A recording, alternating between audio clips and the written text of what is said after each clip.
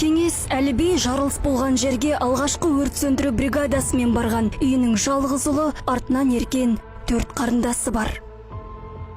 Мен ағам жоғына 3 күн болды. Мен ағам тауып беріңіздер.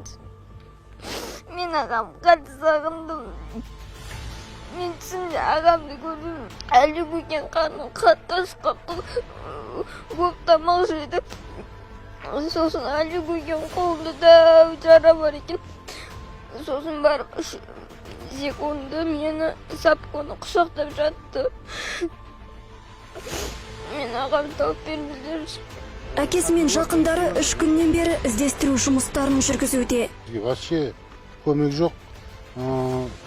Короче, жарылайын деп жатқан снарядтарға пожарныйды аппарат қандай ақымақ істейді ондайды. Бір айналдырған бір 70 гектар қоршаудың ішін қарайды. Ол 70 гектардың ішінде отырады қой емес қой ол. Ол сыртқа шығып кетті ма, ол контузия алған дейді. Біреулер сырттан біреулерді көрді. Шақырса келмейді, екі құлағын басып алып қашып бара жатыр дейді. Сондай бірдеңе болды ма деп іздеп жатыр. Талап етіп тұрғанымыз 2-3 километрден ары қарай қашықтыққа қарау керек. Соған біздің күшіміз жетпей жатыр. Ал туыстары мәйітхананы торуылдап жүр. Ондағы 2 белгісіз мәйітті тани алмаған. Енді сараптаманы айлап күтуге тура келеме деп ашынады. Айналайын, аяққа жығылайын, айтшым. Мынандай уақытта істеуге болады деп айтшы, басқа ештеңе сұрап тұрған жоқпыз ғой сенен.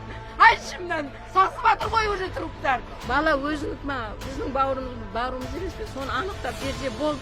Мердігілер жауап бермейді. 2 ай күтесіңдер дейді. 2 ай адам күте ме? Ал ана жүрегі ұлының есіктен күндегідей кіріп келетініне сенеді. Әлібидің де арман асқақ еді, үмітсіз шайтан деген. Сұранатын өкіметтен, сол өкімет үшін жанын қиып атқанша бір тауып беріңіздерші ба. Жалғыз ұлымыз деді осы бетіне қарап отырған.